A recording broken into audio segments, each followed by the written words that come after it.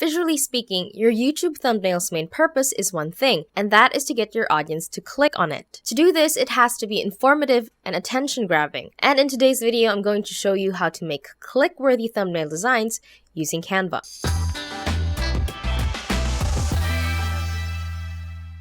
Hello friends, and welcome back to the channel.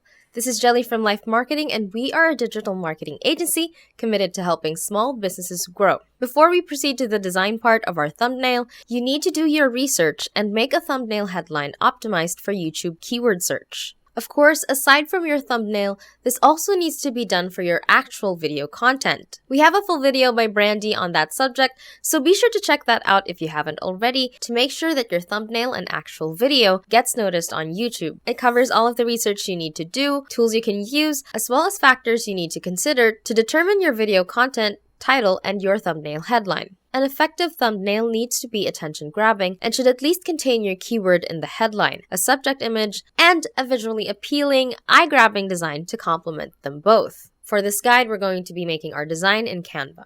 So let's jump right into their website. Click on the Create a Design button and type in YouTube thumbnail, and Canva will offer the exact resolution for YouTube thumbnail images. Click on that and wait for your design canvas to load. Once you're in, you can start with any of the preset templates here in Canva and edit them to fit your brand. Right off the bat, you can see some of these designs will not make a good YouTube thumbnail, like this one, because there's no subject image. The design will definitely fit a different purpose better, but for a YouTube thumbnail, you want something a bit more dramatic because we do want our thumbnail to visually stand out. So let's go with this one. I like the font and I also like the layout. I think it's a good starting point. Hey, we just helped a small business make over $1.5 million through Facebook advertising. And after managing millions of dollars in ad spend for thousands of different small businesses, we have decided to give away everything we learned to you in a special program. If you want to learn the blueprint to success, the best practices from some of the fastest growing companies in the world, and all of the different tools you will need,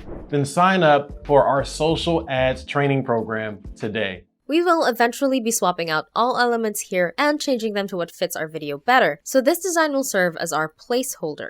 First, let's change our headline. Again, when designing your thumbnail, make sure you've already done your research on what keywords to use. And for our headline for this guide, I'm typing in Design YouTube Thumbnails.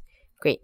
Let's adjust the positions of our text as well as edit the spacing of each letter, otherwise known as kerning. Okay, now you'll want to upload your main image. Thumbnails with happy or animated faces get more clicks than serious faces, so keep that in mind when choosing a main picture for your thumbnail. Now I'm flipping it to point at our text and removing the background using the BG remover tool. Now I'm adjusting the position. Now I'm duplicating it and creating a light blurred version of it to sit behind the subject image and outline it as a sort of like glowing effect. I did that by setting the duplicate's brightness and contrast to 100 and setting the blur to at least 25 or 30. It'll depend on how much or how little you want the subject's background to glow around it. Next, on the Elements tab, I'm going to search for YouTube because that's the subject of my video, and I'll want to add them around our thumbnail to help visualize that this video is going to be about YouTube. Depending on your video content, you'll want to add complementing elements for your subject on your design. Here's a little trick I like to use for thumbnail backgrounds,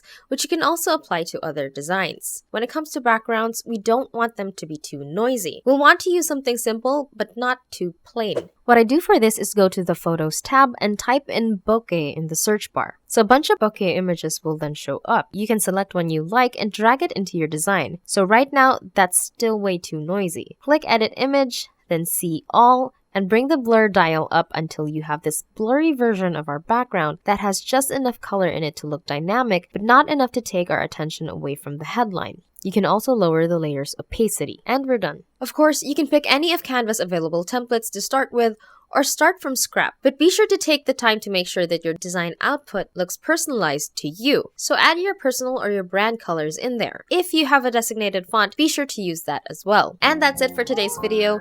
Please give this video a thumbs up if you enjoyed it and want to see more designs or image editing guides like this. And subscribe to our channel for more essential digital marketing guides. This is Jelly from LYFE Marketing, and I'll catch you in the next video.